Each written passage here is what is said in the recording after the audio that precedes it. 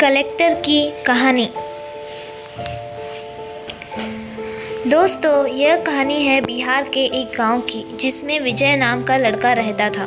बचपन से ही पढ़ाई में होशियार विजय अपनी मम्मी पापा की आखिरी उम्मीद था। विजय के दादा ने अपने समय में बहुत कर्जा ले लिया था, जिसे चुकाने में पापा की पूरी जिंदगी मजदूरी में निकल गई। उसके पास थोड़ी सी ज़मीन थी, जिससे उसका गुजारा हो रहा था। पापा की तबीयत मजदूर करने से ख़राब रहती थी, पर पापा विजय को इस बात का एहसास नहीं होने देते थे।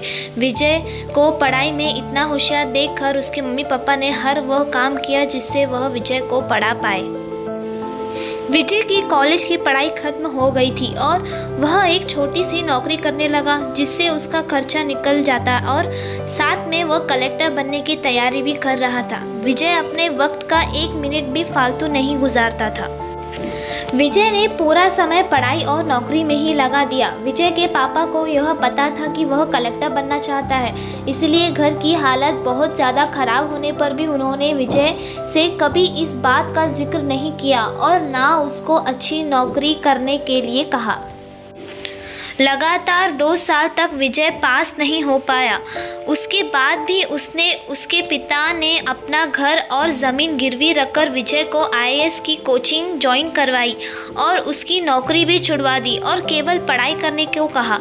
विजय के पापा हमेशा उससे कहा करते, बेटा, खेत और घर दोबारा आ जाएगा, पर कलेक्टर दोबारा नहीं बन सकते। आज पूरे साल पढ़ाई करने के बाद विजय का रिजल्ट आ गया, जिसमें वह अच्छे नंबरों से निकल गया था। आज उसके पिता से ज़्यादा खुश कोई नहीं था।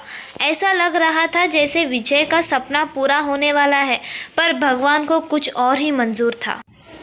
विजय का कल इंटरव्यू था और सुबह से उसने पापा की तबीयत खराब थी। विजय के पापा उसकी माँ से बार बार कह रहे थे कि विजय को मत बताना, और उस दिन देर रात उनकी मौत हो गई। अब एक माँ जिसकी गोद में उसका पति गुजर गया और वह अपने दर्द को भुलाकर अपने बेटे की ज़िंदगी के बारे में सोच रही थी। माँ ने पड़ोसियों तक को इस बात का एहसास नहीं होने दिया कि उसका पिता अब नहीं रहा। पूरी रात ऐसे रोई कि आवाज़ भी ना निकले, और सुबह विजय जब इंटरव्यू देने जाने लगा तब माँ और पापा के आशीर्वाद के लिए उसने माँ को कॉल किया। माँ ने पूरी हिम्मत लगा दी अपना सच छुपाने के लिए और विजय को आशीर्वाद दिया। और जब विजय ने पापा से बात करने को कहा तो माँ बोली, पापा अब तुमसे बात नहीं करेंगे, वह कलेक्टर से बात करेंगे। इतनी बात करके माँ ने फ़ोन रख दिया। विजय का जब इंटरव्यू हो गया तब उसे बताया गया कि उसके पिता की तबीयत खराब है, उसको तुरंत घर जाना है। विजय को एक पल नहीं लगा उसके पापा की हालत समझने में। घर पहुंचकर पिता के पैरों में गिरकर वह ज़ोर ज़ोर से रोने लगा और कहने लगा, पापा उठो, देखो मैं कलेक्टर बन गया। आज उसके पिता को वह खुशी मिली थी जिसका उसको वर्षों से इंतज़ार था, पर आज वह इस दुनिया में नहीं थे। भगवान विजय के पिता की ज़िंदगी में सुख लिखना ही भूल गए थे। पहले वह अपने पिता के कर्ज में ज़िंदगी भर मजदूरी करते रहे और फिर बेटे के सपनों में फिर घर और ज़मीन गिरवी रखनी पड़ी। वह ज़िंदगी में कर्ज लेकर आए और कर्ज लेकर चले गए।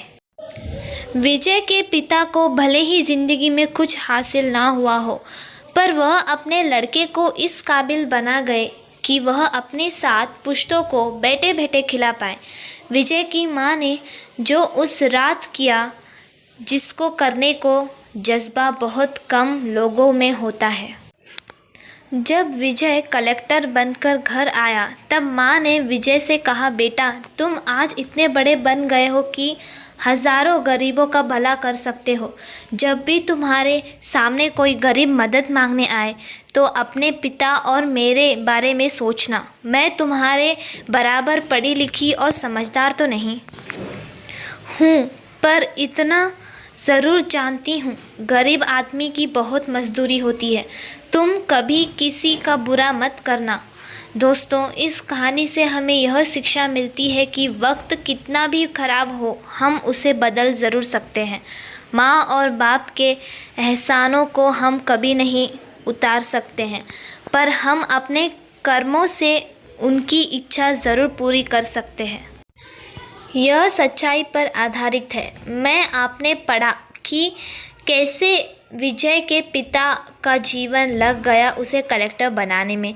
जब भी कोई किसी पोस्ट या जीवन में बहुत ऊपर किसी पद पर पहुंच जाता है, उसमें बहुत सारे लोगों की मेहनत और त्याग लगता है। जब हम 2 मिनट में किसी को अच्छा या बुरा कह देते हैं, तब हम उसके जीवन का संघर्ष भूल जाते हैं। किसी अधिकारी, नेता या बिजनेस को बुरा भला कहने से पहले उसके पीछे की मेहनत और त्याग के बारे में ज़रूर सोचें। धन्यवाद।